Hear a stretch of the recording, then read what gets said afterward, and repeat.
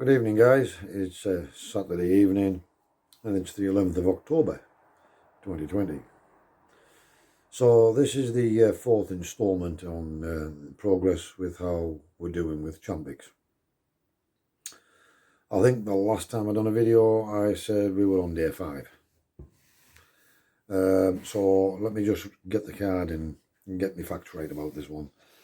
So yes, day 4, day 5. So day 5 was the second day of taking the 0.5 milligram in the morning, 0.5 milligram at night, and we'd up the dose. By the second day of taking 0.5 milligram in the morning, 0.5 milligram at night, I wasn't having any side effects or symptoms from the Champix that's described in the leaflet. Nothing. Not even the little niggly sore throat or the stuffy bunged up head again, which I'd mentioned in another video that I'd forgot to mention in the first one. But they really were negligible, guys.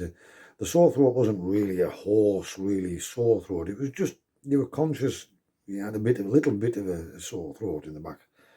But you didn't even need to take lozenges for that. The bunged up head just felt a bit like a cold, but and you got an odd sniffle and a bit of a runny nose, but that lasted, I think it was 24 hours. And that was out of the window, and that was all sorted as well. So let's get on with this. So we finished week 1, which for me turned out to be Tuesday gone. And I'd taken the 1 in the morning and the 1 at the night. So that was a total of 7 days I'd been on the Champix. And I mentioned in 1 or 2 of the other videos that the cigarettes weren't tasting anything like a cigarette. It didn't appear I was getting anything out of them either towards the end of that week. Like, you could just smoke and smoke and smoke, and it didn't feel like you were getting anything out of it. It just tasted bloody awful, to be honest. And but I still cut down, and I was still only I was still smoking at probably somewhere near half of what I was smoking at the start of the week. Now that in itself was a remarkable feat. Now I appreciate I'm back at work and I do smoke less when I'm at work. Go into meetings, and sometimes you go back-to-back meetings. You've got to go long periods before you can have a cigarette. So on with it. We got to day 7 of Champix, and we went to bed that night. Still no side effects, as I say. I only actually had side effects for maybe 2 or 3 days, and they were next to nothing. The worst was the very first tablet. As I say, I got the nausea on day 1, and then that was the worst of it, to be honest with you. As the week progressed, it just got easier and easier, and no side effects at all, because it was into the system by this time. Back to the story. Got to bed day 7. Went to bed that night, normal time. So the following day was going to be the Wednesday that we stepped up from 0.5 milligram in the morning and 0.5 milligram at night to 1 milligram in the morning and 1 at night. Now I was pretty conscious that I was going to be doubling my dose, or taking yesterday's dose in just the first dose of Wednesday morning. So we got out of bed, and I actually felt a little bit sick. Anyways, we went downstairs, and I thought, right, we'll put the kettle on, we'll have the tablet. So I put the kettle on, took the 1 milligram tablet, and braced myself ready for some side effects. Whilst I was bracing myself for side effects, I popped in some toast. Now, I was still feeling a little bit sick, and you might notice at this point I hadn't had a cigarette. Now normally the first thing any smoker does is they get up, and as soon as they open their eyes, they go downstairs, they light a cigarette while they're putting the kettle on and putting the toast on, and have the tablet with the cigarette if they have to, and then they'll have the cup of coffee, and they'll have another cigarette, and then they'll have the toast, and they'll have another cigarette, etc. And it goes on. I hadn't had a cigarette.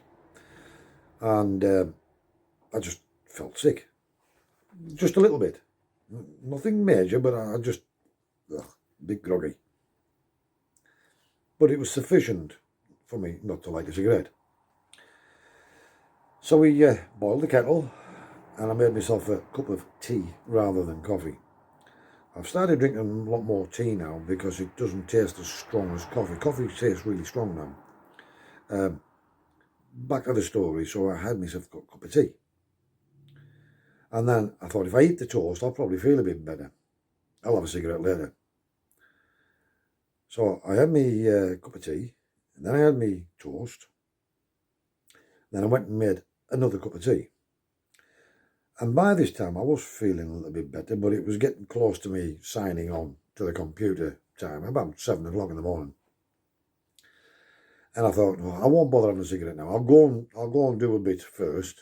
I'll have a cigarette later. And I came up and I got logged into the computer and started work. And the next time I looked at my watch, it was like 11 o'clock. And I wasn't feeling sick by this time. In fact, I was feeling, right after I'd had my toast, I felt pretty much okay. And I wasn't feeling sick, but it got about 11 o'clock at night. 11 o'clock in the morning. And I still hadn't had a cigarette. And I think I had a meeting coming up in sort of half an hour, so I thought I'll type a few loose ends, and then I'll have that meeting, and then I'll go and have a cigarette. So I had the meeting, that came and went.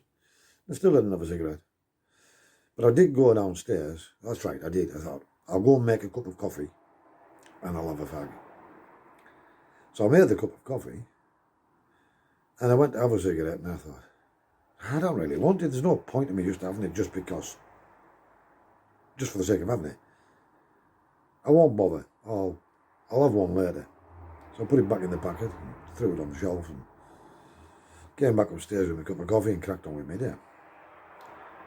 And just got right through the day without even giving it another thought.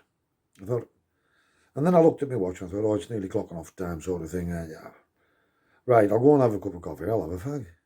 And I still never did have that cigarette that day. So this was Wednesday.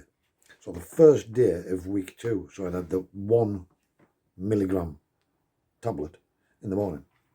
But bear in mind, I'd felt a little bit queasy on that morning from day 7. When I got up, as soon as I got up in the morning, I felt a little bit queasy, but it was nowhere near like day 1. And it lasted maybe 20 minutes. And I hadn't even took the tablet by then. But then I did take the tablet and had my toast, and then I felt better. The sickness went away, so it wasn't the tablet. So that evening, I took the other 1 milligram tablet, thinking, now I'll get the collateral damage of side effects. So I took that one a little bit on the early side. You know, I'd said I'd been trying to make it sort of 12 hours, but I thought, because it's another 1 milligram, I'm going to take this one just a little as soon as I took it about 5 p.m. So the first one was at 7 in the morning, and I took the second one at 5 p.m. thinking, got to give this time for the sickness to disappear, any lightheadedness, sore throat, anything like that. And I had no side effects. None. Went to bed at 9 p.m. Slept right through. I might add, I've never slept right through for years, guys. Ever. But slept right through. Well, the alarm went off on the Tuesday morning, this now being day 9 for me. Tuesday morning, thought, I'll have a fag. But I never did. And Tuesday come and went. And I had the odd thought through the day while I was working, I'll do this and then I'll go and have a fag. And then I always found an excuse not to go and have a fag. And we got right through Tuesday without another cigarette. It was 2 days. 2 days, no cigarettes. And I thought, yeah, I'm doing all right here. Now, don't get me wrong. I was still having the thoughts, and I was still planning to go and have a cigarette. But I think psychologically I was thinking, well, they don't taste anything like cigarettes, and I'm not getting any nicotine out of them. They just taste rank. So what's the point? So I think in the back of my mind, that was sort of just, well, what's the point? I wasn't climbing the walls. I wasn't pulling my hair out like I normally would be. Until yesterday. Now, I'm going to be brutally honest, guys. I've got to tell you like it is. For me.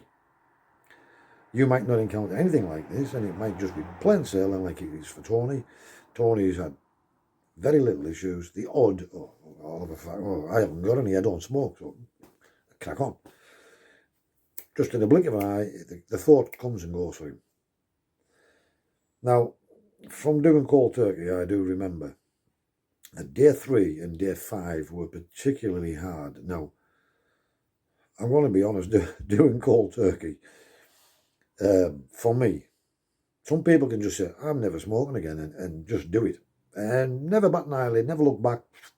How the hell they do that, I do not know. But for me, it was pretty much hell. And that's more the reason why I'm kicking myself so hard as a result of my failure on that first attempt. Or rather, it wasn't the first attempt, it was about the 55th attempt. But it was the only one I'd ever got past 24 hours, and I actually got 14 days. And I was starting to feel the benefits of being able to breathe, get up the stairs, excuse me, food tasting better, etc. By the way, I've got a lot of cough, so this is for today's. Coughing a lot, I'm obviously trying to get up all the guns. I might still add, I haven't had a cigarette at this point. So I'm now on day 4. And I was that close to having one about 20 minutes before I started this video. I'm going to be honest with you guys, I really was. It's not easy even with the tablets. Not for me. I've smoked for 46 years. It's not an excuse. That's the reality. And 46 years of constantly just lighting a cigarette, whenever you want one, just whenever because, and I don't care what anybody says, they do. Now, they say that they don't relieve stress. I still have to fight that argument in my head, because I actually do believe they do relieve stress.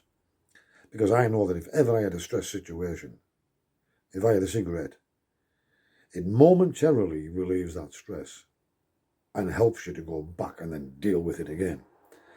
So that's about the only one thing that I'm going to argue with people on, that they don't relieve stress. However, we're told that the aggravation is caused by the cigarette you had before that. And you have that cigarette, and that causes the need for the next cigarette. And then you have that cigarette, and it's a chain. It's a vicious circle. It goes round and round. And that, I understand.